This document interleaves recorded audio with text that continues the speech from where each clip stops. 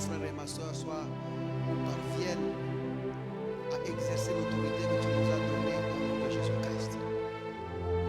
Nous savons qu'il n'y a aucun obstacle, qu'il n'y a aucune situation qui soit plus grande que l'œuvre de la croix. Aujourd'hui, nous allons brandir cette œuvre-là en victoire sur les situations et les circonstances au nom de Jésus. Merci pour mon frère et ma soeur qui est déjà en Seigneur. Merci pour ceux qui nous suivent au loin, au Père de gloire, que nous aimons de partout, Seigneur, et que nous bénissons d'ailleurs. Merci pour ceux qui seront en ces lieux, Seigneur. Que tes grâces et tes bienfaits soient notre partage en ces lieux au nom de Jésus-Christ. Merci, Seigneur. Merci, Jésus. Que quelqu'un m'aide à faire cette déclaration avant d'entrer dans la parole de Dieu ce soir. Père, je te suis reconnaissant de ce que tu m'as jugé digne de me confier ta parole. Je suis né par ta parole. Je vis par ta parole. Au-dessus des circonstances et de toute autre situation. Je sais, Seigneur, que je gagne toujours. Je réussis toujours. Je prospère toujours. Selon ce que dit ta parole. Dans le nom puissant de Jésus. Est-ce qu'on peut célébrer encore une fois le Seigneur? Merci au groupe de louanges. Merci. Dieu vous bénisse. Merci beaucoup. Bonsoir à tous. Très bien. Je pense qu'on peut devoir commencer déjà. Nous allons lire Marc chapitre 11, le verset 23. Nous sommes dans cette série-là. Marc chapitre 11, le verset 23 et 24. La Bible dit, je vous le dis en vérité, si quelqu'un dit à cette montagne, ôte-toi de là et jette-toi dans la mer, et s'il ne doute point en son cœur, mais croit que ce qu'il dit arrive, il le verra s'accomplir. Il y a seulement à croire que ce que tu dis arrive, tu le verras s'accomplir. Le doute pour Jésus-Christ devient l'obstacle qui rend impossible l'accomplissement de ce que tu as cru. Quand tu doutes, tu dilues la faisabilité de la chose que tu as cru. Mais quand tu parles sans douter, c'est exactement ce que tu as dit qui se produit au nom de Jésus-Christ. Verset 24. C'est pourquoi je vous dis, en conclusion de ce qu'il venait de dire, tout ce que vous demanderez en priant, croyez que vous l'avez reçu et vous le verrez s'accomplir. La chose doit avoir déjà été reçue avant de la voir s'accomplir. Ce que nous disons en déclaration ou ce que nous disons en parole c'est juste une mise en faisabilité, une mise en visibilité de ce que nous possédons déjà. Tu ne peux rendre possible, appeler à l'existence que la chose qui existe déjà en toi. Parce que tu ne peux donner à ce monde que ce qui est en toi. C'est ce que Dieu a investi dans ton esprit que tu sors dehors par la parole ou par la proclamation de la parole. Alors bien évidemment, nous avons consacré en ces lieux le culte de jeudi pour exercer notre autorité. Et là, nous l'exerçons en toute faveur de Dieu parce que nous savons que Dieu nous a dotés de cette autorité-là et nous pouvons l'utiliser au nom de Jésus-Christ. Mais j'aimerais quand même rappeler à quelqu'un que toute la création ou toute la nouveauté de vie, toute la nouvelle création, ou pour être plus précis, l'homme en Christ, il est naturellement autoritaire. Il ne cherche pas l'autorité du dehors. Il est comme ça. Il est né comme ça, nous voulons dire. Il est plein de pouvoir, il est plein de puissance, il est plein de gloire, il est plein d'autorité par la foi en Jésus-Christ. Le fait d'avoir reçu Jésus-Christ comme Seigneur et Sauveur, tu t'es transporté d'un lieu de faiblesse à un lieu de force. Le fait de croire en Jésus-Christ comme Seigneur et Sauveur, tu t'es transporté des lieux de naïveté à un lieu d'autorité et de puissance. Parce que tu es passé de la mort à la vie en Jésus-Christ. Et la vie que tu as, c'est la vie de Dieu qui est pleine d'autorité, pleine de puissance et pleine de gloire au nom de Jésus-Christ. Et c'est la vie que nous avons. Et cette vie-là, nous l'avons reçue naturellement. Aide-moi à dire naturellement. En disant naturellement, ça dit c'est sans effort. Tu es comme ça. Tu es comme ça. Si une personne commence à avoir des difficultés à respirer, c'est-à-dire qu'il y a un problème. Mais sinon, l'homme l'humain est naturellement un être respiratoire. Oh, c'est respirateur, hein? Voilà. Il est naturellement un être respirateur. Mais s'il commence à avoir des difficultés à respirer, c'est qu'il y a un problème. De la même manière, l'homme en Christ est naturellement plein d'autorité. S'il commence à avoir des problèmes à utiliser son autorité, donc il y a un problème. Et le problème est généralement situé dans le manque de compréhension. Mais s'il comprend, il utilise correctement au nom de Jésus-Christ. Nous avons aussi souligné qu'il n'existe ni sur la terre, ni dans le ciel, une autorité ou une puissance que l'homme en Christ n'a pas. Tout ce qu'il y a comme puissance, tout ce qu'il y a comme autorité, l'homme en Christ en a. Aide-moi à dire, je suis plein d'autorité. Je suis plein de puissance.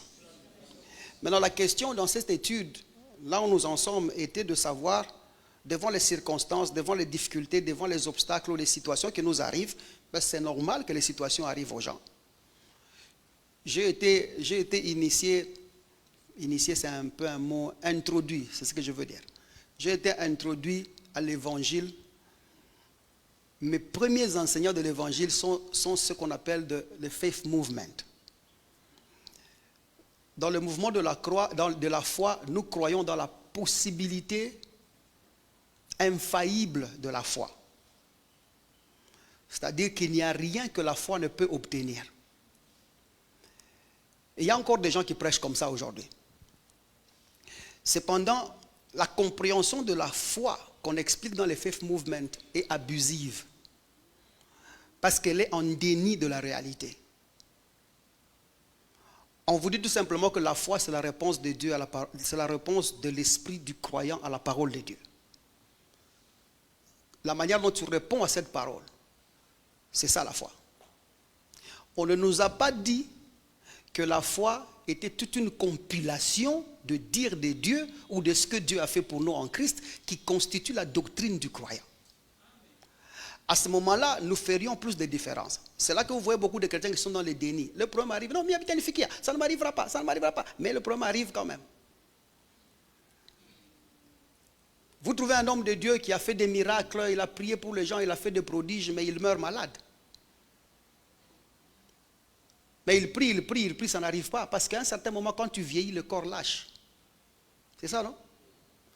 Mais dans les faith movement, même ça, on n'accepte pas ça. Et on se disait à un certain moment, si on commence à expliquer, comme nous prêchons aujourd'hui l'évangile en Metro Church, si on commence à expliquer la foi comme doctrine, nous allons créer une porte de faiblesse dans ce qui arrive aux gens. Dans les faith movement, on croit que Dieu donne l'argent, Dieu donne l'argent, Dieu donne des enfants, Dieu donne tout ça. En fait, les choses que nous prêchons un peu le contraire ici. Et c'est là que vous trouvez les gens de ces faith movement là, ils vont vous dire les gens, non, je peux arriver à la maison, je dis money come, argent vient, argent vient. Moi, j'ai été formé là-bas. Money come, tu peux appeler l'argent, tu peux appeler la santé, tu peux appeler. Et vous voyez les gens qui appellent et les choses ne viennent pas. Parce qu'il y a quelque chose qui manque dans l'accessibilité de ces choses. En fait, dans le faith movement, on attribue à Dieu la responsabilité du bien et du mal qui nous arrive. Quand le mal m'arrive, Dieu est responsable, c'est lui qui doit venir ôter ça. Quand le bien m'arrive, Dieu est encore responsable, c'est lui qui doit recevoir la gloire. Je ne sais pas si vous me comprenez. Et quand vous allez dans le fond, quelqu'un a un enfant handicapé, on dit c'est Dieu qui a donné. There should be something, il doit y avoir quelque chose que Dieu veut t'enseigner dans ça. Et ça crée de fausses perceptions de la parole de Dieu. Et c'est là qu'il y a aussi des fausses prospérités. Ce sont les champions de la prospérité. Quand tu as prié par la foi, ça ne marche pas. La foi peut être déclenchée par le don. Il y a un acte de puissance qui peut se déclencher parce que tu as donné à Dieu quelque chose. On peut bouger Dieu avec son offrande. Ce sont ces gens-là. Et ça détruit la croissance chrétienne. Ça fait que les gens deviennent plus hypocrites et blessés en même temps. Parce que Dieu est en même temps responsable de leur bonheur et de leur malheur. Et les choses normales, les choses naturelles, pour eux c'est impossible. Ça ne peut pas m'arriver. Et pourtant quand tu entres en Christ et tu étudies la doctrine en Christ, tu comprendras que les mauvaises choses atteignent aussi les bonnes personnes. Ce n'est pas parce que tu es chrétien que la maladie n'arrivera pas. Ce n'est pas parce que... Écoutez-moi très bien, je ne veux pas paraître comme si je me contredis dans ce que je prêche tous les jours. Vous êtes avec moi jusque-là? Ce n'est pas parce que tu es chrétien que les problèmes ne viendront pas. Ce n'est pas parce que tu es chrétien et tu pries en langue que les difficultés n'arriveront pas. Ce n'est pas ce que la Bible enseigne. Ce que la Bible enseigne, c'est que nous sommes dans ce monde, c'est les lieux des problèmes, des difficultés et des situations. Tu le rencontreras d'une manière ou d'une autre. Mais l'avantage que tu as en tant que l'homme en Christ, c'est que tu as les facultés de vaincre ça. Vous avez vu la différence? Ça fait que quand le mal t'arrive, tu ne dis pas que c'est le diable. Et quand le bien t'arrive, tu ne dis pas que c'est Dieu. Parce que c'est toi qui es au contrôle. Dieu t'a investi au pouvoir de ta vie. Et Dieu n'interfère pas dans le parcours normal de ta vie. J'ai eu une discussion avec des hommes de Dieu parce qu'ils sont tombés sur une vidéo où je dis que Dieu ne donne pas des enfants aux gens. Elle est dure cette phrase. Surtout pour quelqu'un qui cherche des enfants ou quelqu'un qui espère avoir des enfants dans son couple. Elle est dure cette phrase. Elle fait mal et elle dérange. Cependant, c'est vrai. Dieu ne donne pas des enfants aux gens. Parce que si déjà les poules, les moutons, les vaches et tous ces gens-là et les autres, même les prostituées, il y a même ceux qui ont des grossesses involontaires. Et pendant que je vous parle ici, il y a quelqu'un qui peut être au milieu de nous ici, elle a pris un comprimé la nuit en train d'intercéder que cette grossesse ne tienne pas. Et elle est avec nous. Sa requête aujourd'hui, ça sera: Seigneur, que cette grossesse ne tienne pas, papa. Ça fait que ça devient un peu ambigu. Ça devient des choses qui réduisent un peu Dieu, qui lui renferment dans un coin où c'est plus lui, quoi. Quand quelqu'un a un enfant qui marche, qui a les yeux, qui peut faire, on dit non, cet enfant-là, il est venu de Dieu. Parce qu'il marche, parce qu'il parle, parce qu'il a les deux pieds, il a les deux jambes. Mais quand c'est un enfant handicapé, on dit qu'il vient d'où maintenant? Il vient du diable. Vous voyez, ça fait que nous tergiversons. On fait de ces dieux-là, on dirait qu'il est devenu bipolaire. Il peut faire du bien, il peut faire du mal. Et toi, tu deviens le récipiendaire d'une volonté incontestable de Dieu. Quand Dieu est fatigué, il peut faire du mal. Quand il est à l'aise, il fait du bien. Et ça, c'est ce qu'on nous avait enseigné avant. Et ça pose problème aujourd'hui. Ce que nous voulons faire, et ce que nous sommes en train d'expliquer aujourd'hui, c'est la parole que Dieu veut que nous enseignions. C'est ce qu'enseigne l'Esprit. C'est que nous sommes dans ce monde, mais nous ne sommes pas de ce monde. Mais les difficultés de ce monde pour que tu vives peut être sur ta route. Cependant, toi, tu as l'avantage parce que celui qui a tout créé habite en toi. Donc, tu peux t'en sortir. Il faut faire la différence ou faire une part entre les choses des hommes et les choses de Dieu. Ça va jusque-là? Il y a des frères et des sœurs qui sont commerçants ici. Je vais voir d'abord qui sont commerçants ici. C'est ça que vous vendez quelque chose. Vous voyez, vous êtes très, très nombreux. Très bien. Écoutez. Tu achètes ta marchandise à 1000 francs. Il y a ton transport, il y a tout ce qu'il y a. Mais tu arrives ici au Congo, tu veux la vendre. Si tu la vends à 900, Dieu va te bénir. Et si tu prends toute cette marchandise-là, tu la donnes aux pauvres, Dieu va te bénir. Et si tu donnes à l'église, tous tes habits là, tu amènes tes robes, tes jupes, tu donnes à l'orchestre, ils commencent à s'habiller lundi, mardi, mercredi, jeudi. Dieu ne va pas te bénir. Non. Tu n'augmentes pas en commerce en perdant. C'est-à-dire qu'il y a des lois et des principes qui régissent ton commerce. Quelle que soit la spiritualité que tu as, si tu faillis à ces lois de commerce-là, tu vas échouer. Même si tu parles en langue. Est-ce que quelqu'un me comprend jusque-là? De la même manière, je peux prier pour quelqu'un. Le bien-aimé peut venir ici, c'est juste un exemple. Il a Ebola. Je prie pour lui, guéri instantanément. Mais si le lendemain, il va côtoyer quelqu'un qui a l'Ebola, il risque de rentrer après-demain pour qu'on prie pour lui. Ce n'est pas parce qu'on a prié pour toi et que tu as été guéri d'une maladie que tu ne seras plus atteint de cette maladie-là. J'espère que je parle à quelqu'un jusque-là. Ce que je veux dire tout simplement, c'est que les habiletés que nous usons aujourd'hui sur toi ne demandent pas ton effort, mais parce que ce sont des choses des hommes, ça demande un peu d'attention. Tu ne peux pas t'exposer en danger et penser que Dieu va faire quelque chose. J'espère que j'ai parlé à quelqu'un ce soir. Ou sinon, nous nous induisons en erreur, nous faisons que Dieu devient injuste. Il peut donner aux gens, il ne donne pas aux gens et aux autres. Continuons un peu avant que je ne dise ce qu'il y a. Maintenant, devant les situations et les circonstances, ce sont des choses du monde, ça peut arriver. Comment est-ce que ces chrétiens ou ces croyants parlent? Nous nous sommes inspirés de Proverbes chapitre 18, verset 23, où la Bible dit « Le pauvre prie en suppliant. Le riche, qu'est-ce que lui fait? Répond avec dureté. » Nous avons dit que l'homme en Christ, devant les situations et les circonstances, parce que ça n'arrive pas tous les jours, ce sont des choses qui arrivent par accident. Ça ne peut pas arriver tous les jours. Il ne peut pas y avoir quelqu'un qui est dans la souffrance tout le temps, tout le temps. Tu ne peux pas être dans la souffrance tout le temps. Il faut que je dise d'abord une chose, parce que les chrétiens semblent être un peu, nous semblons être un peu avec notre compréhension bizarre là. Papa, la souffrance n'arrive pas tout le temps. Même chez les plus païens de tous, la souffrance n'arrive pas tout le temps. Vrai ou faux? C'est-à-dire que, et les païens et les chrétiens, vous croisez tous des problèmes circonstanciellement. C'est comme ça qu'on appelle ça circonstance de la vie. Mais les païens n'ont pas de portes de sortie. Toi, tu as des portes de sortie. Tu sauras quoi faire à l'instant. Tu sauras quoi dire à l'instant. Tu sauras où aller à l'instant. Dieu va t'aider parce qu'il habite en toi afin que tu t'en sortes. Et c'est là que Pierre dit, soyez sobres et veillez. C'est à être sobre et veiller. Si tu n'es pas sobre et veillé, tu seras gagné tout le temps. Tu seras vaincu tout le temps. Bouge un peu ton voisin, dis, ici c'est réel. Parce qu'on peut vous mettre dans les appréhensions là. C'est là que nous sommes arrivés à un point où God can do. Dieu peut faire n'importe quoi avec toi. Tu peux tout faire tu peux tout faire avec Dieu. Dieu peut faire n'importe quoi avec toi. Je vois des ministres au milieu de vous au nom de Jésus. Tout le monde dit Amen, Amen. Et depuis qu'on avait dit qu'il y a les ministres, on n'en voit même pas un. Parce que pour être ministre aujourd'hui, il faut respecter certaines lois qui régissent ça. Il faut être membre d'un parti politique, il faut exceller là-bas, il faut être choisi, il faut avoir les accointances du président, les accointances du chef de parti pour qu'on te désigne, qu'on te choisisse. Actuellement, nous sommes dans un pays où les gens même corrompent ou payent pour un poste.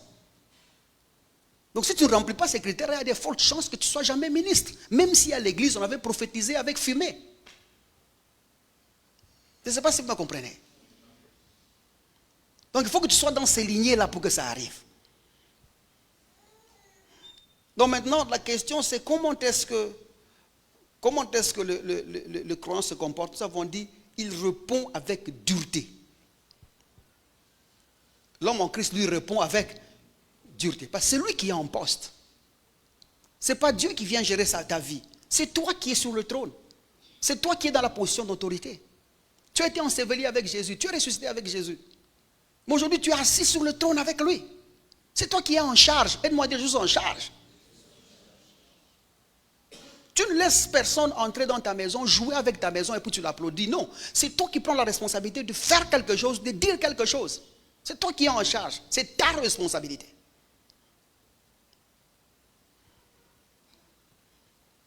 Nous avons dit que le riche lui répond avec dureté. Le mot dureté là-bas dans Proverbes chapitre 18 verset 23, c'est le mot az, az. Le mot az veut tout simplement dire dureté. Ça veut dire aussi fort. Ça veut dire puissant. Ça veut dire aussi féroce. Nous répondons avec férocité. Nous répondons avec puissance.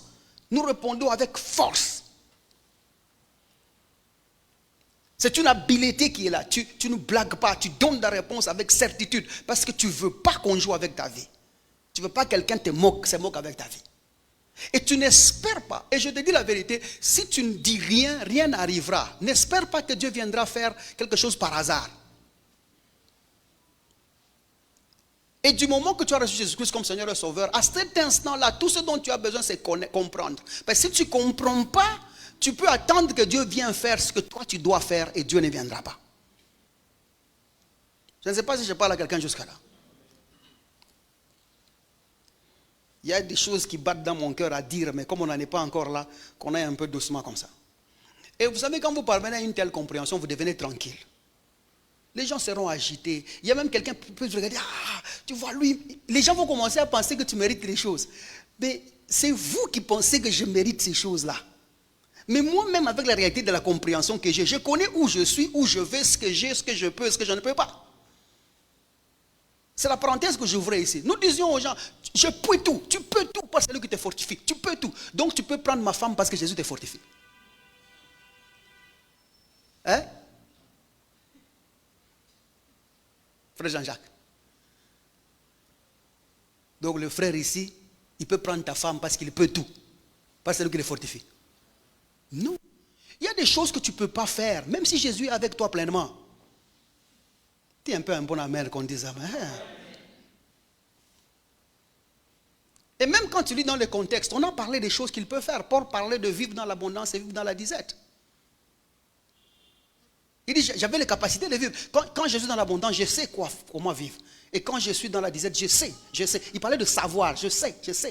Il y a une compréhension dans la souffrance. Il y a une compréhension dans l'abondance. C'est ce qui faisait son pouvoir. L'autorité qu'il avait était par rapport aux situations qu'il traversait. Pas sur n'importe quoi. Et les gens de ce groupe-là, c'était I can do all things. I can do. No, there are things that you can't do. Il y a des choses que tu ne peux pas faire. Même si tu es rempli du Saint-Esprit, comment il y a des choses que tu ne feras pas. Bon, maintenant, frère Jean-Jacques, tu es rempli du Saint-Esprit. Saute, convoi. Va au ciel. Pourquoi tu ne montes pas? Il y a des choses que tu ne peux pas faire. Mais l'idéal est que les possibilités sont possibles. Est-ce que nous le comprenons? Mais parce qu'il faut une croissance, il faut que tu évolues. Il y a des choses que tu ne peux pas. Il faut que tu comprennes. C'est là que je disais à un frère qui était là, non papa, nous ne tombons pas malades. J'ai dit oui, je n'ai pas dit nous ne tombons pas malades. J'ai dit il n'est pas normal pour un chrétien de tomber malade. J'ai trouvé dernièrement ici, j'ai dit, il va nous valcher, bois. Puis il a commencé à transpirer, j'ai dit, je suis malaria. Donc tu t'entêtes, si tu n'es pas encore à la dimension où nous sommes parvenus, où nous vivons comme ça en bonne santé et tout ça, si tu n'es pas encore parvenu là-bas, va voir un médecin, n'aie pas honte. Regarde ton voisin, dis ce qu'on a acheté. N'aie pas honte. Jésus n'a-t-il pas tout accompli? Je vous demande, n'a-t-il pas tout accompli? Ne nous a-t-il pas donné pouvoir sur toutes choses? Mais parce que toi tu tombes malade, qu'est-ce qu'il faut faire? Vous pensez que c'est quand tu tombes malade que tu vas commencer à chercher le pouvoir de sortir de la maladie? Donc ton pouvoir, c'est le pouvoir d'intervention rapide. Hey. Quelqu'un m'a compris ce que je veux dire par là? Vous n'allez quand même pas me dire que nous avons réduit toute la puissance de l'œuvre de la croix en puissance d'intervention rapide. C'est vrai que quand vous étudiez la Bible, vous voyez Salomon et David qui se battent dans la doctrine de résolution des problèmes. David dit, le malheur atteint souvent les justes et l'Éternel les en délivre toujours.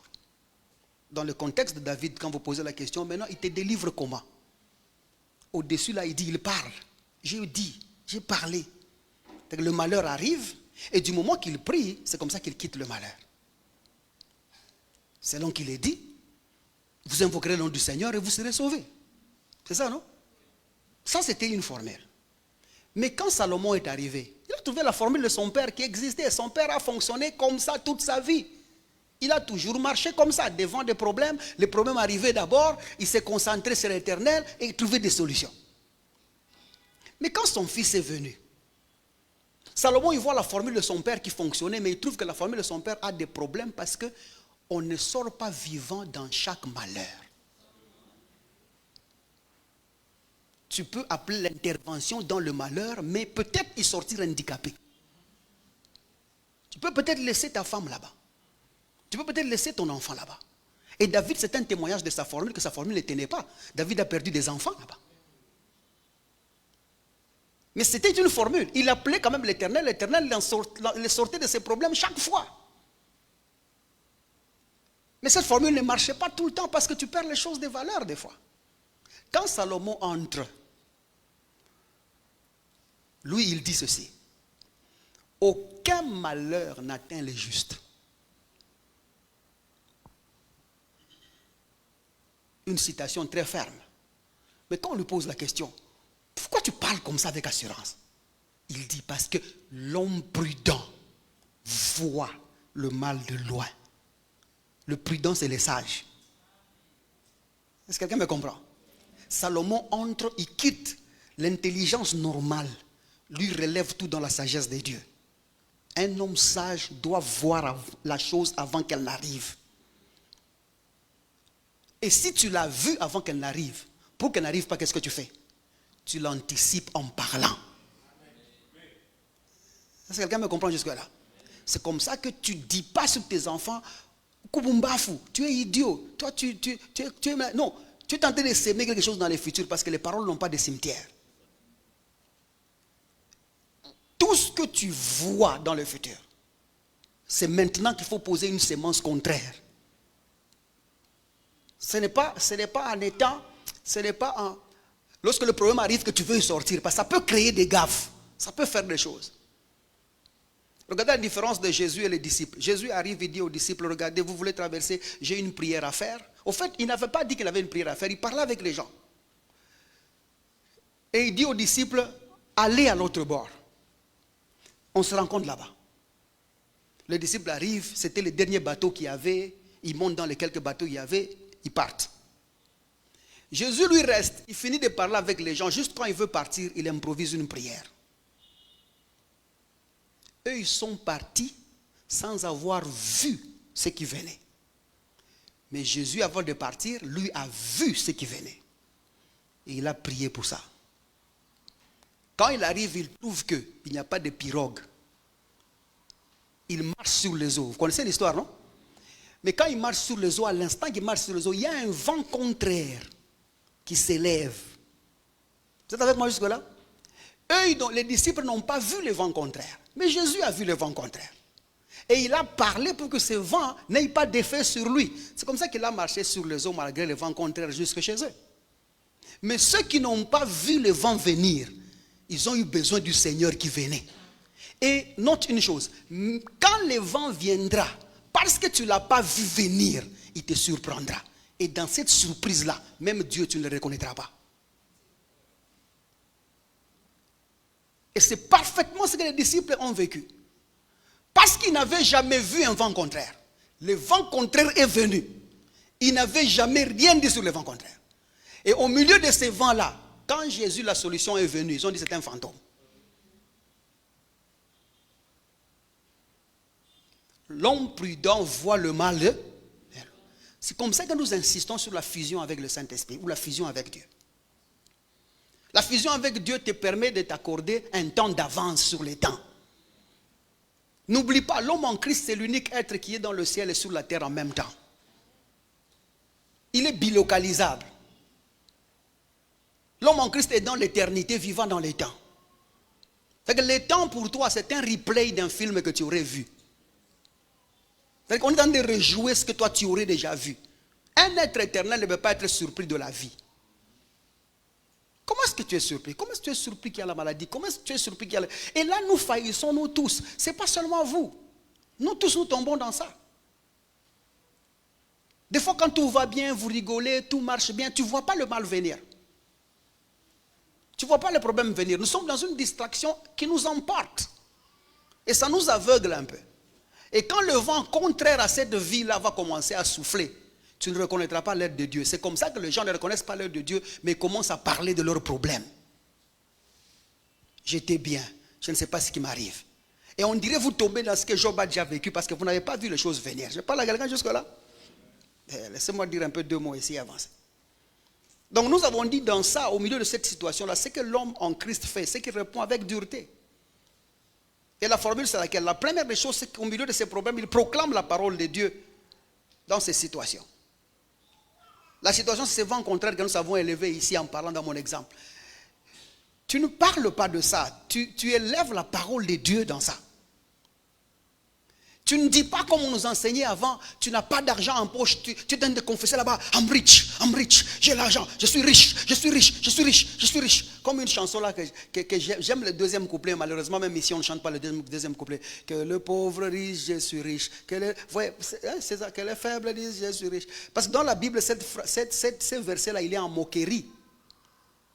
Ce n'est pas les enfants de Dieu qui chantent ça. En fait, c'est Dieu qui dit, si chez vous là, il y a des gens, que les faibles de chez vous disent qu'ils sont forts pour qu'ils confrontent ce qu'il y a. En fait, la phrase elle est en moquerie, ce n'est pas les enfants de Dieu qui chantent comme ça. Pour ça, c'est juste pour être contextuel. Mais la manière dont il la chante, c'est une chanson qui nous encourage. Et elle est née, au fait, cette chanson des Faith Movement. Que le faible dise, je suis riche, que le faible dise, je suis fort. Mais tu ne deviens pas fort comme ça. Il y a quelque chose que tu dois savoir après avoir su comprendre qui te transporte de la faiblesse à la force. Tu ne deviens pas riche comme ça. Ce n'est pas en disant je suis riche que tu vas devenir riche. Ça c'est l'aveuglement que nous avions de l'autre côté.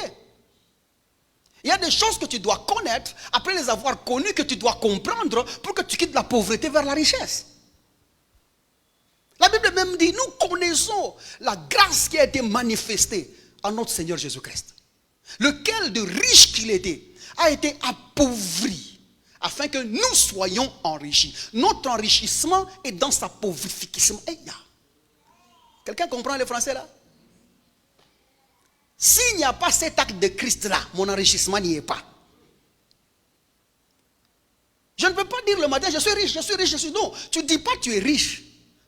Je suis riche pour que tu quittes la pauvreté vers la richesse. Non, il y a des choses que tu dois comprendre. La compréhension de ces choses-là, automatiquement, te catapulte dans la richesse que tu cherches. Et bien évidemment, la richesse dont on parle là-bas, ce n'est pas la richesse d'argent. Si tu penses qu'en disant je suis riche parce que Jésus a été pauvre, il s'est fait pauvre, pour que moi je sois riche, il s'est fait pauvre, pour que moi je sois riche, allez les trouver, il s'est fait pauvre, s'il trouve l'argent. Le frère, il s'est fait pauvre. Il s'est fait pauvre pour que je sois riche. Il s'est fait pauvre. Vous ne devenez pas riche, pourquoi?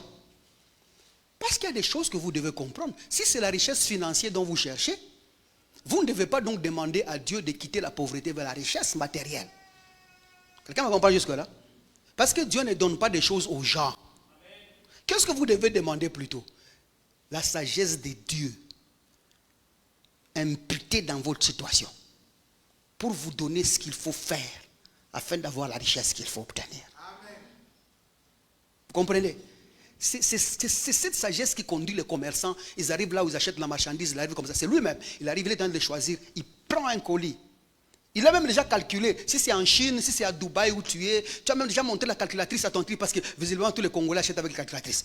Donc vous êtes là, vous avez, c'est combien? C'est 5 000. 5 000 tout ça, il dit 5 000. Tu tapes même, tu discutes. L'homme te dit, ok, bon, je t'enlève 20%. Il enlève 20%. Vous êtes à ce niveau-là. Mais juste quand la personne s'avance pour partir prendre, tu entends dans ton cœur te dire, ne prends plus ça.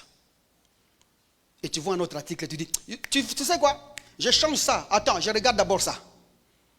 Ou carrément tu es transporté par quelque chose que tu ne comprends pas. On te dit quitte d'abord le magasin. Tu quittes d'abord le magasin, tu dis je viens.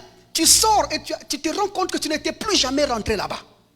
Et quand tu arrives dans ton pays avec ta marchandise, tu te rends compte que si tu aurais acheté ce que tu avais pris, tu aurais perdu l'argent. Ça, Dieu nous aide avec ça. Est-ce que quelqu'un me comprend jusque-là? Mais venir te rendre riche matériellement comme un robot, tu vas traîner. Quelle que soit la confession que tu vas faire, ça n'arrivera pas. Nous confessions tout ça. J'ai entendu les sœurs confesser, je suis mariée. Jusqu'aujourd'hui, elles ne sont pas mariées. Mais elles sont encore dans les lieux où on confesse, je suis mariée. Parce que pour que tu aies des choses de ce monde, il y a des choses que tu dois comprendre qui n'ont rien à voir à faire avec Dieu. Je suis censé parler à quelqu'un jusque-là. Ah, vous ne me répondez plus amen là. C'est fini, vous allez quitter l'église. Parce que si Dieu... Attendez, je vais être clair. Le Dieu qui promet les choses aux gens ne les donne jamais gratuitement. Le Dieu qui promet les choses aux gens les donne par un prix. Il faut que tu payes. Il faut que tu donnes quelque chose. Et c'est là qu'il y a toute la création des offrandes de... C'est quoi ça? Les hôtels, les offrandes, des trucs, les offrandes. Parce que c'est Dieu-là qui promet les matériels, là, il ne donne pas gratuitement. Et bien évidemment, ce n'est pas le même que je prêche. Celui que je vous prêche, c'est celui que vous a établi en Christ. Et qui a déposé en vous les habiletés de s'en sortir sur cette terre dans n'importe quelle situation. Puis je vais te voir un bon amen à cela. Donc la première des choses que nous faisons, c'est que nous sommes en train de proclamer la parole de Dieu au-dessus des circonstances. Je dis bien au-dessus des circonstances. Nous ne rivalisons pas la parole de Dieu avec les circonstances. Je suis malade, Dieu me lâche pas parler. Je suis en bonne santé, je suis en bonne santé. Non, ça c'est pas. Ça tu rivalises. C'est comme si c'est le plus. Il y a le plus, toi tu élèves le moins. Il y a le moins, toi tu élèves le plus. Ce n'est pas un combat de polarité. On dit bien tu proclames la parole au-dessus. Et l'unique chose qui a donné la hauteur à la parole de Dieu, c'est l'œuvre de la croix. Je répète. L'unique chose qui a donné la hauteur à la parole de Dieu, c'est l'œuvre de la croix. Dieu a parlé déjà dans Genèse. Il a parlé jusqu'après, il parle. Mais l'unique chose dans la parole qui a donné la hauteur à la parole pour qu'on la proclame, c'est l'œuvre de la croix. Donc si toi tu es dans la situation, tu dois proclamer l'œuvre de la croix au-dessus de ta situation. Pas rivaliser avec la situation. Ce n'est pas juste dans la pauvreté, je suis riche. Je n'ai même pas 1000 francs en poche. J'ai l'argent. Mon compte bancaire est rempli. Mais tu te trompes. Tu es dans le déni. Tu refuses la réalité.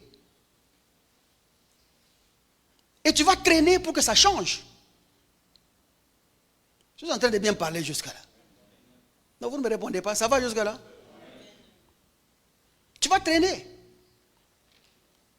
Nous proclamons au-dessus des circonstances.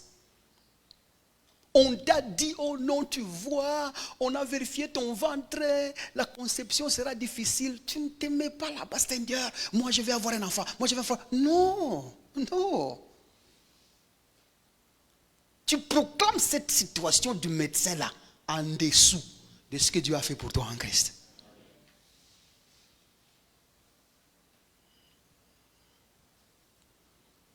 La deuxième des choses que nous faisons, c'est commander.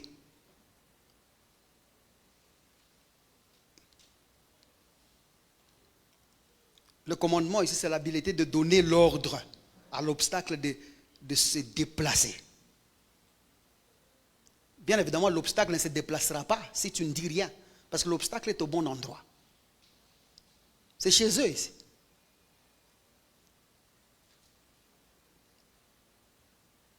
Les choses de la terre, leur place c'est où?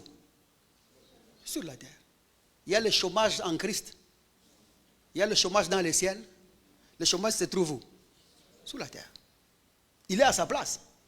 Donc il faut donc une autorité plus supérieure pour déplacer ça. J'aime bien ce que Jésus lui appelle ça montagne. Il faut donc une autorité de mandat.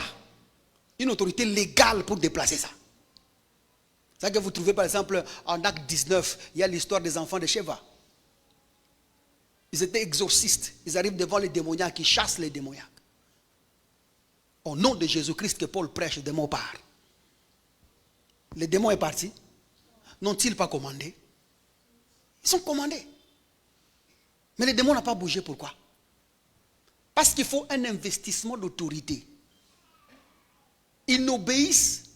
La montagne là ne peut obéir qu'à une seule personne. C'est Dieu lui-même qui l'a créé. Quelqu'un me comprend jusque-là? C'est comme ça que le démoniaque là lui dit, Paul je connais, Paul je sais, Jésus je connais, Paul je sais. Mais vous là, qui êtes-vous? Parce qu'en réalité, les démons dans ces cas-là, ils ne partent pas parce que tu as dit au nom de Jésus, démon part. Parce que tout le monde ici dit démon part, ils ne partent pas.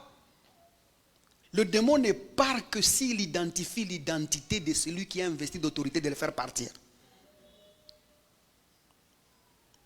Aussi longtemps qu'il n'a pas vu cette identité-là, ils ne partent pas. De la même manière, c'est comme ça que nous avons dit que nous commandons. Nous avons reçu cette habilité-là de déplacer des choses. Par commander, nous exerçons une autorité en demandant qu'une chose soit faite. C'est une autorité d'investissement. Dieu nous a investi dans une autorité qui n'est pas la nôtre, qui est l'autorité de Christ. Lorsque nous parlons, les démons identifient son identité et ils partent. Ils ne partent pas parce que nous avons parlé, mais ils partent parce que celui qui est en nous, il est plus grand que tout ce qui est dans le monde. Et c'est cette autorité-là que nous avons. Et cette autorité, nous l'avons reçue de Jésus-Christ. C'est une autorité investie. Dieu nous a investi de cette autorité par la foi en Jésus-Christ. Et j'ai souligné ici que c'est l'autorité d'être et l'autorité d'agir. Tu sais que tu es légalement devant Dieu. Et il n'y a pas fraude. C'est comme ça que je dis, dans ton salut, il n'y a pas fraude. Le salut, ce n'est pas un truc de derrière la maison, non. C'est un truc qui a été fait publiquement. Ton sauveur est mort en public. Il a été enseveli en public. Il est ressuscité en public. Je ne sais pas là quelqu'un jusque-là. Et quand il est ressuscité, il a été vu. La Bible dit qu'il a été vu même par plus de 500 personnes. Même des étrangers l'ont vu. Des gens de toutes les races l'ont vu. Ce n'est pas quelque chose de derrière la maison, une complicité de 2 ou 3 personnes qui se sont entendues pour créer un truc. Non, c'est quelque chose de légal. Quand on dit tu es enfant de Dieu, tu n'es pas enfant de Dieu par hasard. Tu es légalement enfant de Dieu. Et non seulement nous avons reçu le pouvoir d'être, mais nous avons aussi reçu l'autorité ou le pouvoir d'agir.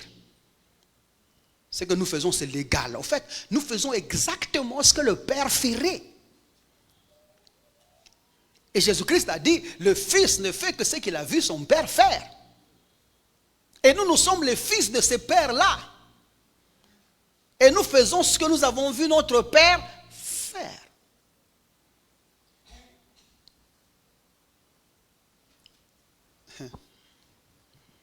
Je ne veux pas aller là-bas, j'allais entrer dans des trucs qui allaient me prendre du temps. Luc chapitre 10, verset 19, nous avons lu ça dernièrement ici. Jésus-Christ dit là-bas, je vous ai donné le pouvoir sur les scorpions, les serpents et les scorpions. Le mot pouvoir là-bas, c'est exousia. Et il dit, et sur toute puissance de l'ennemi, rien ne pourra vous nuire. C'est ça, non? Quand vous observez bien les textes, vous comprenez que Jésus est en train de tout simplement dire que le pouvoir que vous avez reçu, le pouvoir légal que je vous ai doté, ou que je vous ai donné, on va analyser ça tout à l'heure, que je vous ai donné sur les scorpions et les serpents, c'est toute la puissance de l'ennemi. Si vous marchez dessus, si vous arrivez à vaincre le serpent et le scorpion, vous avez donc vaincu tout ce que le diable peut faire. Ah, je crois que tu dirais amen à cela. J'étais en train de méditer sur ça. Il y a trop de choses. Quand tu étudies les aspects, il y a trop de choses. Et tu comprends que tout ce qui arrive dans la vie ici, c'est là-dedans. Il n'y a rien que l'ennemi peut faire dans la vie d'un enfant de Dieu ou intenter de faire dans la vie d'un croyant ou dans ce monde ici qui n'est pas dans la forme du serpent ou qui n'est pas dans la forme du scorpion. À moins que tu n'aies pas bien fait l'étude. Tout tombe dedans. Et quand tu as vaincu les deux choses-là, donc tu as vaincu toute sa puissance. Attendez, le mot puissance qu'il utilise là-bas, c'est le mot dunamish. Les habiletés qui affectent le changement. C'est-à-dire que quand tu as vaincu le diable comme serpent, comme scorpion, tu as donc vaincu toutes ces habiletés qui affectent la vie des gens. Il ne pourra plus rien faire dans ta vie parce que tu as reçu le pouvoir légal, l'autorité de marcher sur lui. Ah, ça mérite un bon amen, mon cher. Et si tu l'as vaincu dans ces aspects-là, donc c'est fini. Allez écouter le sermon qu'on a fait jeudi passé pour voir les détails pour ceux qui n'étaient pas là. Parce qu'on en a parlé dessus. Mais observez une chose. Cette parole de Jésus-Christ qu'on vient de citer ici, de Luc chapitre 10, le verset 19, ce n'est pas juste une parole d'information. Jésus ne veut pas juste nous informer qu'il nous a donné le pouvoir. Ce n'est pas une information sommaire. Écoutez bien. C'est une parole d'autorité qui nous donne autorité sur toute puissance afin d'exercer l'autorité avec autorité. Ce n'est pas juste un truc de blague comme si Jésus a parlé en passant. Non, c'est un investissement. En parlant, il nous dotait de quelque chose. Je reprends, c'est une parole d'autorité qui nous donne autorité sur toute puissance de l'ennemi, bien évidemment, afin d'exercer l'autorité avec autorité. Jésus a placé ça en nous. Il nous a dit ça. Et il place ces choses dans 3 dimensions dans cette phrase. On va découvrir les dimensions de la phrase. La première des choses, c'est que c'est une parole d'autorité qu'il nous confère. Par parole d'autorité, il dit, je vous ai, dans le passé, je vous ai donné. Vous n'avez pas voulu avoir, mais je vous ai donné. Vous n'avez pas demandé à avoir, mais je vous ai donné. La résurrection a causé la réception. Le fait que Jésus-Christ est ressuscité, que tu as cru dans cet acte-là, tu es naturellement doté du pouvoir, sans avoir demandé. Tu ne savais pas que tu aurais besoin de pouvoir. Tu ne savais pas que tu aurais besoin de puissance. Mais Jésus, par sa résurrection, t'a involontairement, inattendamment doté de ces pouvoirs-là. C'est comme ça que parce que tu ne l'as pas attendu, il faut que quelqu'un t'explique que tu l'as. C'est ça, non? Il faut qu'on te le dise. C'est quelque chose d'inattendu. Il dit, je vous ai donné pouvoir. Au cas où tu doutes, au cas où tu n'es pas sûr, je t'informe que tu as reçu le pouvoir. Et voyez la manière dont il nous parle à ces degrés, il nous parle comme quelqu'un ayant l'autorité. C'est lui qui possède cette autorité-là. Et dans cette première dimension, nous disons, Jésus parle ici comme celui qui possède l'autorité. Ou qui possède toute l'autorité. Et qui lui seul peut en donner. Personne d'autre ne possède l'autorité comme ça. C'est là qu'en Matthieu 28, verset 18, il disait, tout pouvoir m'a été donné. Dans le ciel, sur la terre, sous la terre. Tout pouvoir. Vous voulez pouvoir? Jésus seul là. Il dit, ça m'a été donné. Et lui, de tout pouvoir, il t'a tout pouvoiré. C'est ça, non? De tout pouvoir, il m'a tout pouvoiré. Je ne savais même pas que j'en aurais besoin. Je n'y pensais même pas.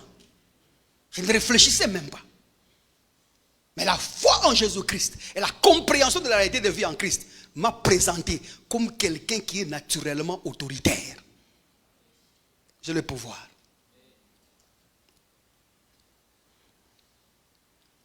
Voyons Luc chapitre 9, regardez ce qui se passe ici. J'ai dit déjà Matthieu chapitre 28, on a cité ça.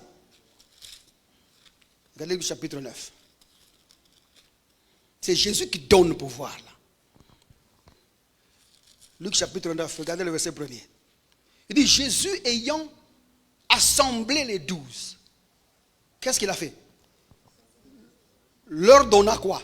Force et pouvoir sur tous les démons. Combien de démons? Tous les démons. Avec la puissance de guérir les malades. Attention, il faut qu'on observe un peu une chose. Allez doucement ici pour qu'on voit, parce que la traduction n'est pas correcte là. Il faut qu'on voie. Quand vous lisez les textes, vous avez l'impression de voir Jésus qui a assemblé ses disciples. Il leur a donné force et pouvoir sur les démons. Et puis, il a donné aussi la puissance de guérir les maladies. Comme si cette puissance-là était distincte de force et pouvoir. Ça va? La traduction n'est pas correcte. Et vous suivez ou vous êtes perdu?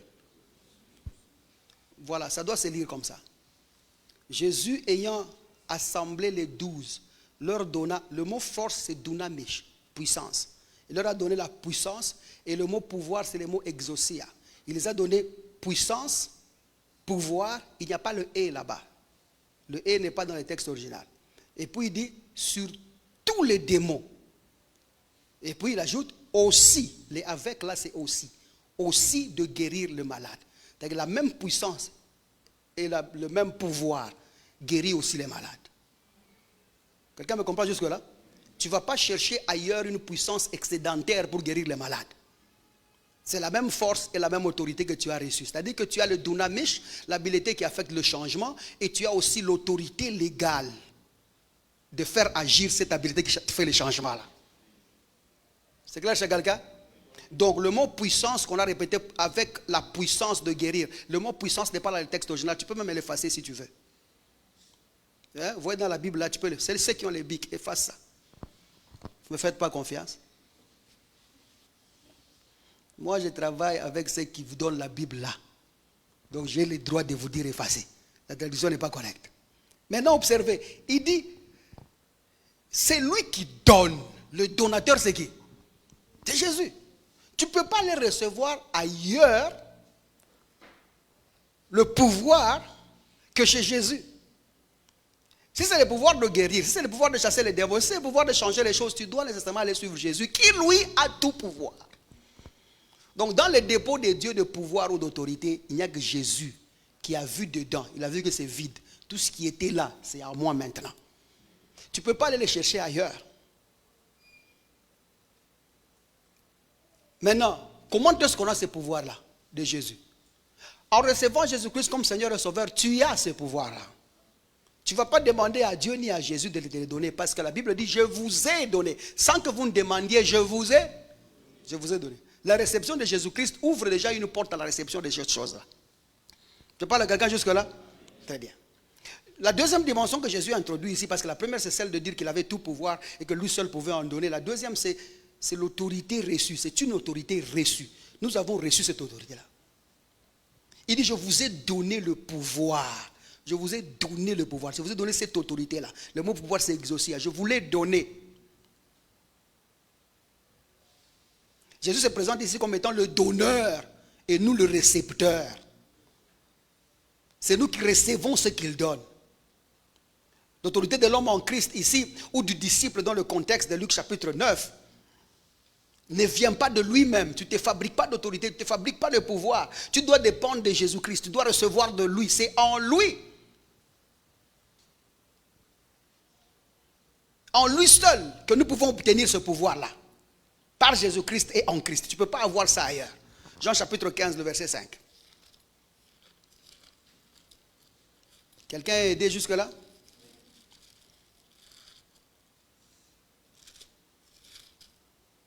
Jean chapitre 15, verset 5. Regardez. Il dit, je suis le cep. Vous êtes le sarment. Celui qui demeure en moi, celui qui demeure où? En moi. Et en qui je demeure, porte beaucoup de fruits. Car sans moi, vous ne pouvez rien. Notre pouvoir est avec lui. Notre pouvoir est avec lui. Sans lui, nous ne pouvons rien. L'homme en Christ doit bien évidemment compter sur la présence de Dieu dans sa vie, sur la présence de Christ dans sa vie. C'est comme ça que la conscience de sa fusion change beaucoup de choses. Ne te retrouve pas dans une situation où tu ne sais pas si Dieu est avec toi. À chaque fois que tu seras au milieu d'une situation ou d'une circonstance, rappelle-toi qu'il est avec toi.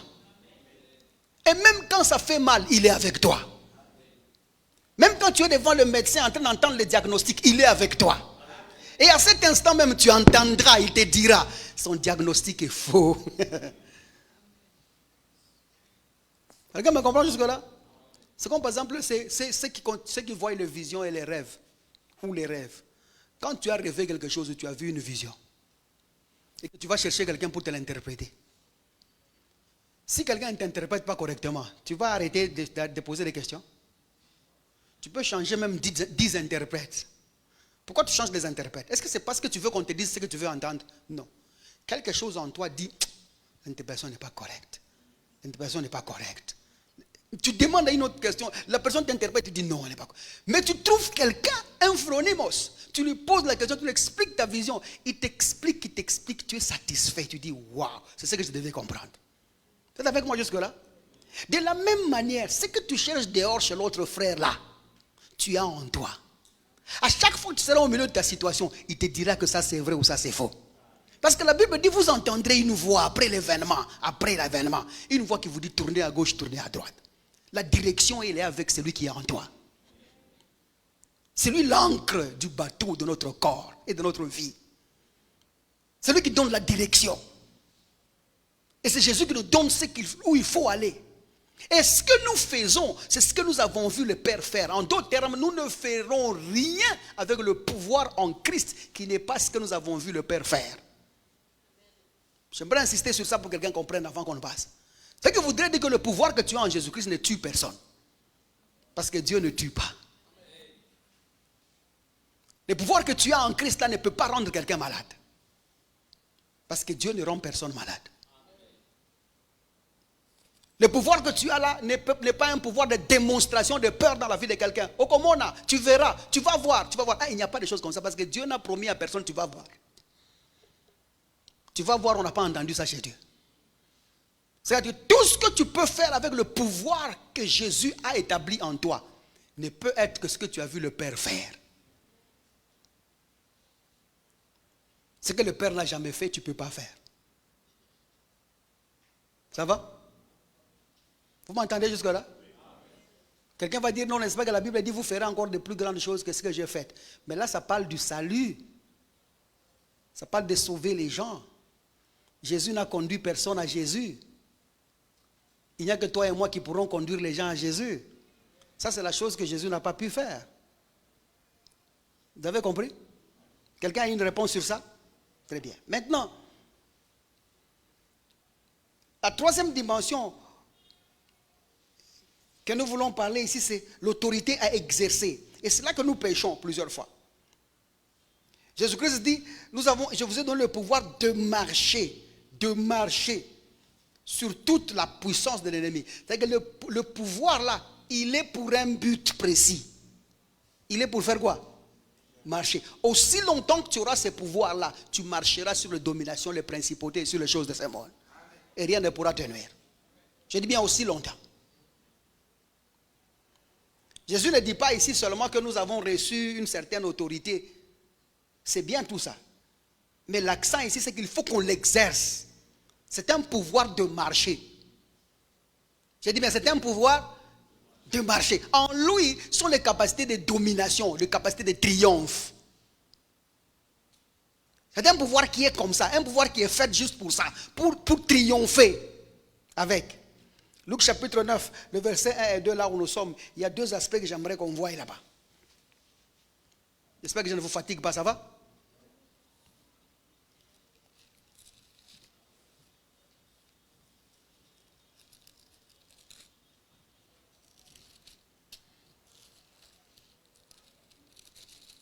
Quand vous commencez à comprendre ça, même si quelqu'un vient avec un problème en paniquant, tu ne paniques pas avec lui.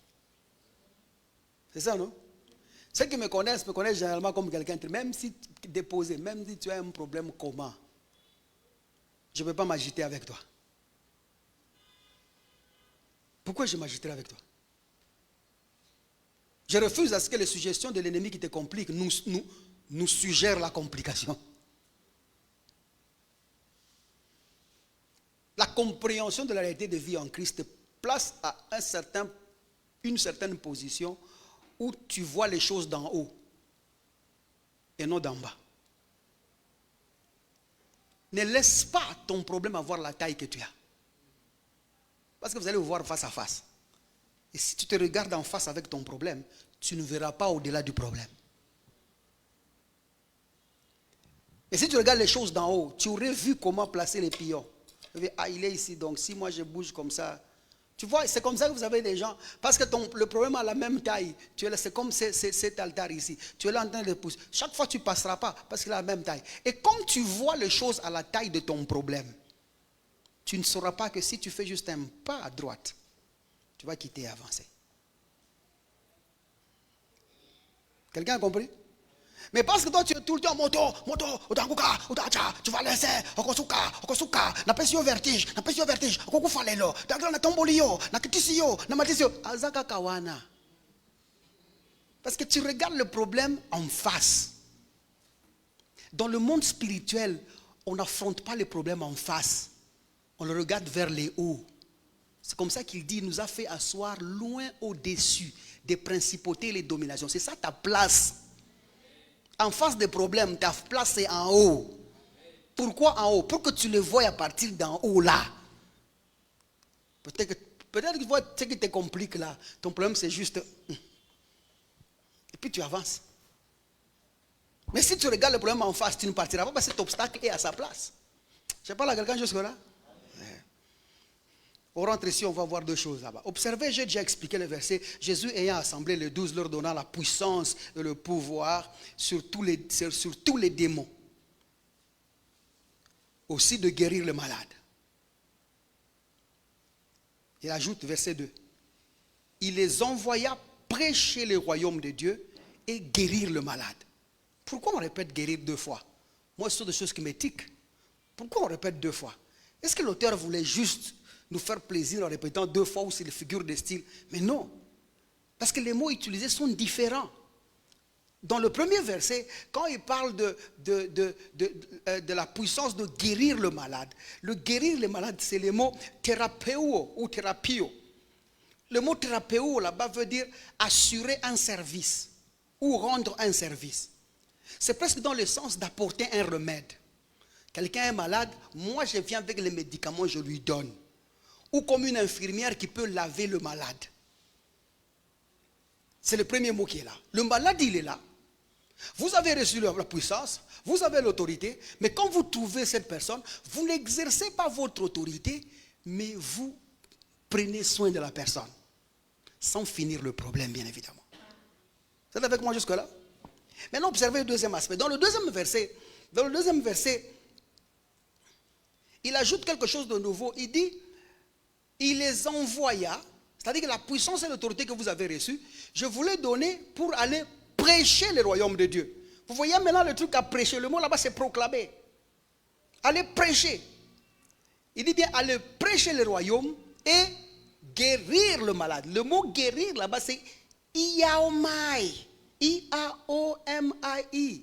Qui veut dire tout simplement guérir, raffermir, consolider, libérer du péché ou libérer des erreurs. Vous voyez la responsabilité? C'est que ma présence, c'est la guérison.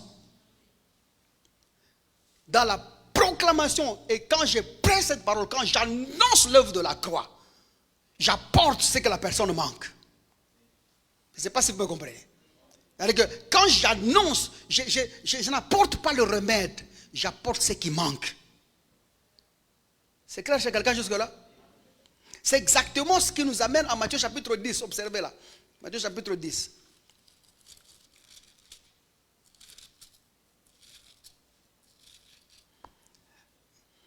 Matthieu chapitre 10, le verset 7.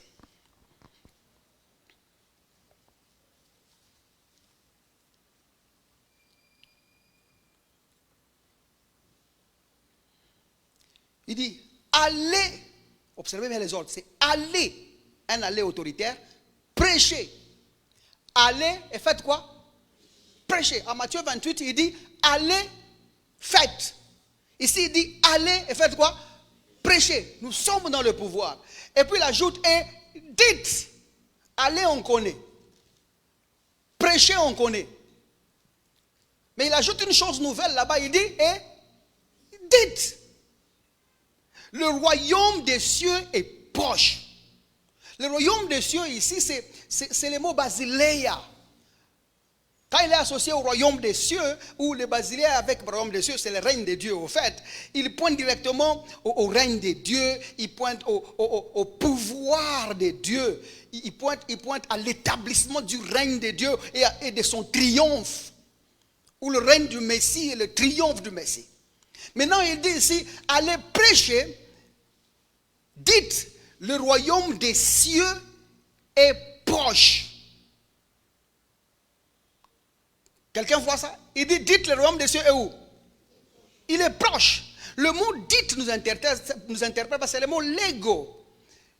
Lego veut dire appeler, annoncer, déclarer, faire entendre, répondre. Comment est-ce qu'on répond? Par la proximité avec le cas. Ma présence, c'est le royaume qui s'approche dans le problème. Je ne sais pas si quelqu'un va comprendre jusque-là. Quand j'arrive dans la situation, je dis la présence de Dieu. Je dis le règne de Dieu. Et je dis ce que Dieu a fait pour nous en Christ. Qui m'a établi à l'instant. Je deviens le remède. Je n'apporte plus le remède. Ma présence te sort du problème. Ma présence te sort de la situation. Et si c'est dans ta vie toi-même, ta présence là doit te sortir de n'importe quoi au nom de Jésus-Christ. Ce sont des choses à comprendre, comment utiliser ça. Et si tu n'es pas parvenu à ça, tu risques de passer au loin. Ce soir, laissez-moi m'arrêter là, comme il ne reste plus qu'une quinzaine de minutes, et j'aimerais quand même compris. Est-ce qu'on peut d'abord acclamer le Seigneur pour ça, et puis on va continuer.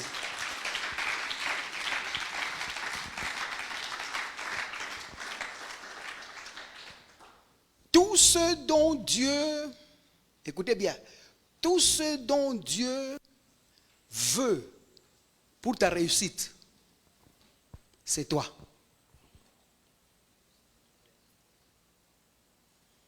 Tout ce que Dieu cherche pour que tu réussisses, c'est toi.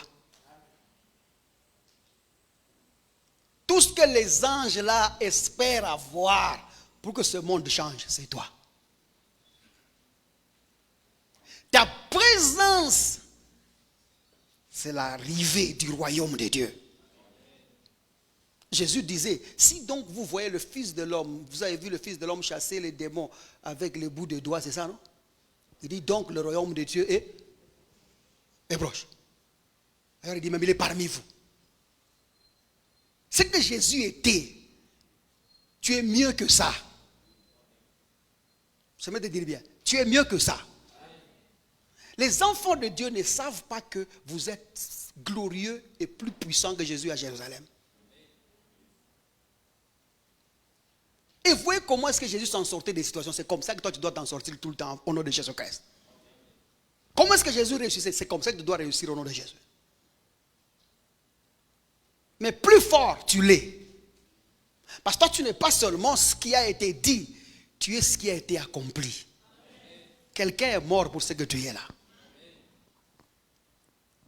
Quel que soit ce que tu traverses aujourd'hui, ta présence seule dans cette situation-là suffit.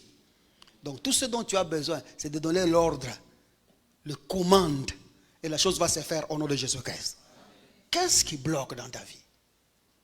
Qu'est-ce qui complique? Nous luttons pour que tu ne restes pas quelqu'un de requête, mais que tu sois quelqu'un qui vit l'accomplissement des choses en Jésus-Christ.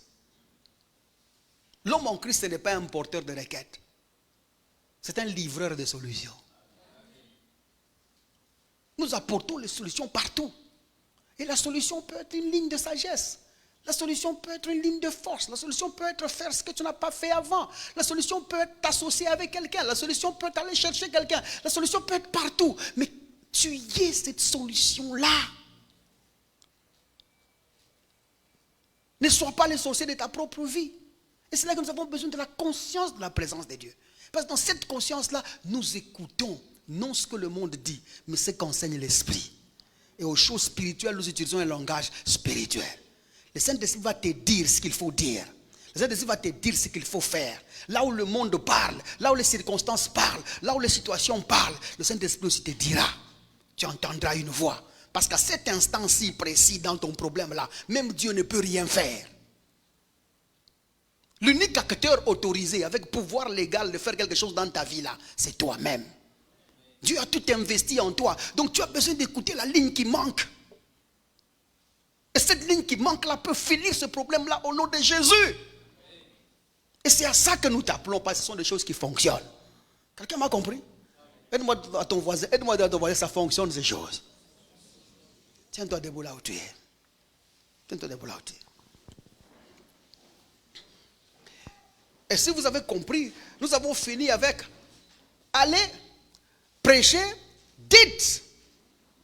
Le royaume de Dieu est proche. Ou le royaume des cieux est proche. C'est un problème de proximité.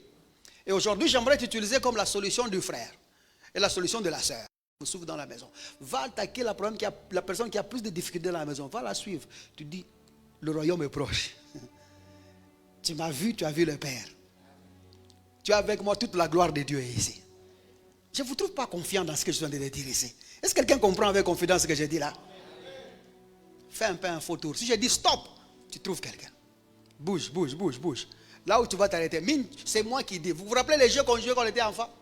Vous marchez. Vous qui ne bougez pas là, recevez la paralysie au nom de Jésus. Bougez, bougez. Quand je vais dire stop, revenez même au milieu ici. Quand seulement je vais dire stop, trouve-toi quelqu'un. Je vois que tu es en train d'éviter les cas. Donc toi tu connais les cas. Il ne faut pas éviter les cas. Maman, oh, tournez, tournez, tournez. J'attends, je dirige la cloche ici. Ne vous occupez pas des chaises. Tournez, tournez, tournez. Ici au coin, vous êtes trop nombreux là-bas. Bougez un peu de là, bougez un peu de là. Lève-toi, prends ton lit et marche. Mais quand je dis stop, la personne qui sera devant toi là, c'est celle-là. Ne te promène pas là où il y a les enfants parce que tu risques de prier avec un bébé. Vous, c'est comme si vous vous calculez déjà. C'est à la vie et à la mort. Bon, stop, ça a été suffisant. Trouve-toi quelqu'un, tiens-le avec les deux mains, regarde-le en face. J'ai voulu que vous dégourdissez un peu. Mais pendant que vous priez là, créez de l'espace parce que je peux venir vous aider aussi.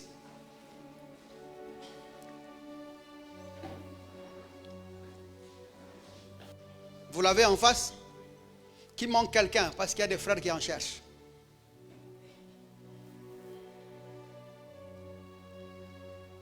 Si vous avez un enfant, changez-le par quelqu'un d'autre. Je vois Ben, il est là en train de chercher.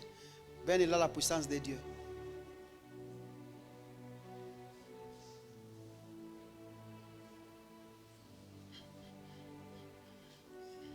Sœur, ici vous la laissez les enfants à deux, vous prenez vous à deux, ça va non?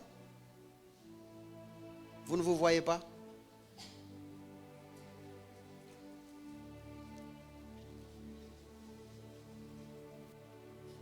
Vous êtes là? Regarde la personne qui est en face. Regarde-la bien. Dis-lui, tu m'as vu? Tu es bien heureux. Le règne de Dieu est ici. La gloire de Dieu est ici. Parce que tu m'as vu, sache déjà. Le royaume du Seigneur est là. Rien n'échappe à son règne. Rien n'échappe à son autorité. Rien n'échappe à sa gloire. Tout ce qui n'est pas de Dieu dans ton corps, là, de la tête aux pieds, disparaît au nom de Jésus. J'ai le pouvoir. Il me l'a donné. Celui qui est en moi, il est plus grand que ta maladie. Il est plus grand que ta situation là. Alors au nom de Jésus, tu es sain et sauf. Rien ne manque. Rien n'est perdu. Rien n'est à chercher dans ta vie là. Au nom de Jésus. Ouf. Il y a la puissance de Dieu ce soir. La gloire de Dieu, elle est là. Maintenant là, je vais te laisser prier comme tu veux. Je vais te laisser dire ce que tu penses. Mais ce qu'il y a à dire, c'est de finir le problème du frère. Mais avant que tu ne commences, localise-le. Dis-lui, mon frère, moi c'est la jambe. Moi c'est la tête. Moi c'est ces factures-là qui ne sont pas payées. Moi c'est mon salaire qui traîne. Attention, parle-le d'abord. Parle-le rapidement pendant qu'on est là. Et pendant ce temps-là, toi tu es là en train de dire, je suis plein de sa gloire. Je suis plein de sa puissance. Je suis plein de sa présence. Il est présent en ces lieux. Il est présent en ces lieux. Kata, shkebro, pangre, monta, fraja, pale, regeta. Iloza, fasa, kata, keshkibra, balia, dozava. Maimbe la pota, boskiva, le resta. Shkibrumi a la kadia. Lo prate, pasa, fashkap, ela la kapas, kabata. Yes!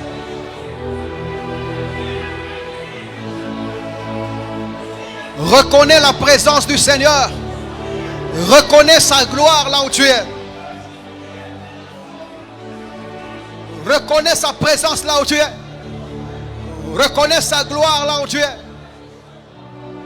Reconnais son règne là où tu es.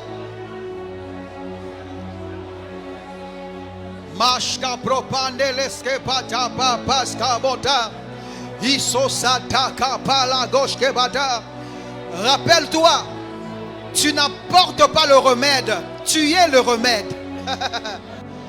Tu n'apportes pas la guérison, tu es la guérison.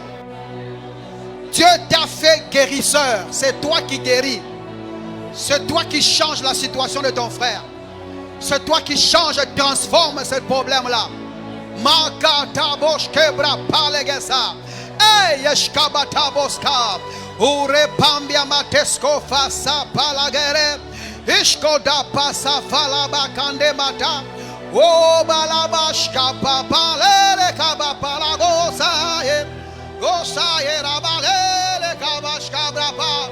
Monte encore. Maintenant, prends autorité au nom de Jésus. Change cette situation au nom de Jésus. Prends autorité au nom de Jésus. Lève la voix et parle à cette situation-là. Parle à cette situation au nom de Jésus. Parle à cette maladie-là. Parle à ces douleurs-là. Douleur cesse au nom de Jésus. Qui paka topash kabare. Ilosa para matefaska bakata. Ilema noshka boka paka. Éructation, maux d'estomac, vomissement, douleur au dos, douleur de ventre, douleur de corps, sida, hypertension, cancer, de partout où tu te trouves.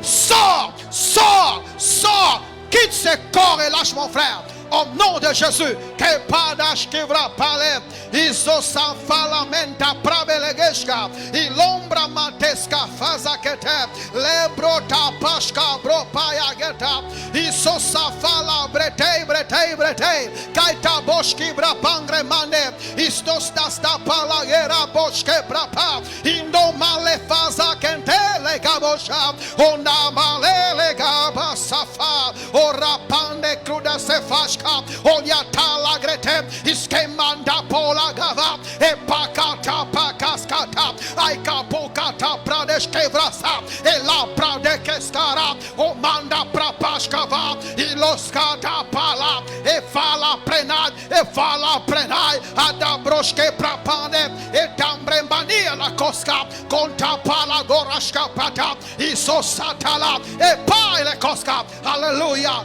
hallelujah, hallelujah, hallelujah, Lord God, hallelujah. Lâche-le. Lâche-le. N'oublie pas, c'est le pouvoir de marcher sur les démons, le pouvoir de marcher sur les esprits impurs, le pouvoir de marcher sur les serpents et les scorpions. Commence à marcher dessus. Confesse l'autorité de Jésus dans tes circonstances. Au nom de Jésus, commence à proclamer comment tu es plein de puissance et de pouvoir. Pendant que tu fais des pas de victoire et de marche, tu dis: je marche sur cette situation et ne gagnera pas au nom de Jésus. Je suis loin au-dessus des principautés de domination. Je marche sur elle. Je marche sur cette maladie, je marche sur ces douleurs, je marche sur ces problèmes, je marche sur ces difficultés. Ce n'est pas de mon niveau, je suis plus haut que ça. Ils ne peuvent pas avoir ma taille, ça ne peut pas avoir mon niveau. Au nom de Jésus, que pas d'approcher pradia, iskoskata baja, aila fosa pramea, itsekande praketa roshka, evala, aita pokatapa. I'm walking on them, I'm walking on it. There's no power that shall be on top of the authority of the Lord that I've received. I'm walking in power. I'm walking in power. I live in miracle. Je marche dans le miracle. Je marche dans la puissance. Je marche sur l'autorité, sur les démons, sur les esprits impurs. Et rien ne pourra me nuire, car je n'ai pas leur taille, je n'ai pas leur niveau. Le Seigneur habite en moi. Bien-aimé, lève la voix. Commence à dire ce qu'il y a à dire. Odapa chapa, ils ont sa prégadia, et la grotte frasa fandema, il prema diagoska, taila koshka, au nom de Jésus, et ça pada, kaita projet face, il aime yatapa, au nom de Jésus. Merci Seigneur. Merci Jésus. Ah Jésus. Ah Jésus. Ah Jésus. Merci Seigneur. Merci Jésus. Rends-les grâces. Rends-les grâces. Bénis-le. Glorifie-le. Glorifie-le de ce qui t'a confié le pouvoir avec lequel tu changes les choses.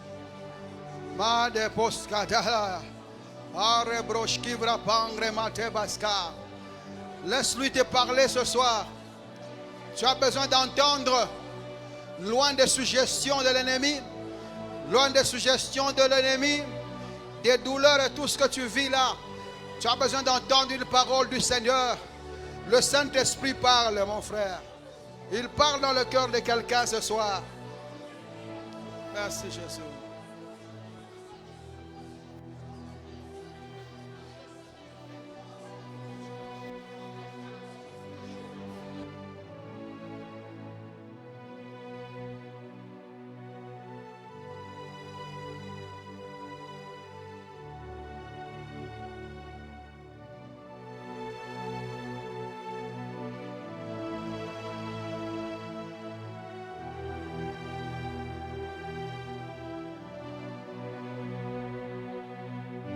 Laisse-lui parler. Laisse-lui te parler ce soir.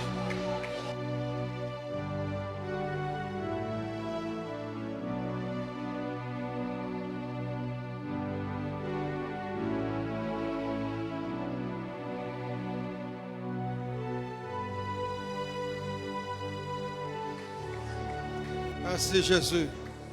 Merci Seigneur. Merci au Père de gloire. Merci pour ce que tu as accompli. Seigneur, tu as dit, j'habiterai au milieu d'eux. Je marcherai au milieu d'eux. Ton paradis, c'est en nous. Ton ciel, c'est en nous, Seigneur. Notre présence, c'est ton règne. Ce soir, au Père de gloire, en vertu de ce que tu as fait pour nous à la croix, nous proclamons ton règne partout où nous sommes présents au nom de Jésus-Christ. Quand j'entre dans ma maison, ton règne entre, Seigneur. Quand j'entre dans mon travail, ton règne entre, Seigneur. Dans ma famille même, quand ils parlent de moi, ils parlent de ton règne, Seigneur. Mes adversaires parlent de ton règne. Mes ennemis parlent de ton règne, Seigneur. Nous les avons vaincus parce que nous avons reçu ton règne, Seigneur. Merci pour ta sagesse. Et merci pour ton esprit qui nous accompagne. Tout ce que nous avons dit en ces lieux est oui et amen, Seigneur. Merci pour ce que tu as accompli dans le nom puissant de Jésus. Et nous célébrons sa grandeur. Nous célébrons sa majesté ce soir. Et nous célébrons sa puissance au milieu de nous. Merci Jésus. Merci Seigneur. Amen, amen. Amen. Dieu vous bénisse. Cette diffusion a été sponsorisée par des frères et sœurs qui croient en l'avancée de l'évangile de Jésus-Christ et Jésus-Christ crucifié sans additif. Si vous désirez vous joindre à eux, veuillez nous contacter au +243 99 000 27 60 ou encore par email à l'adresse maîtrechurchrdc@gmail.com.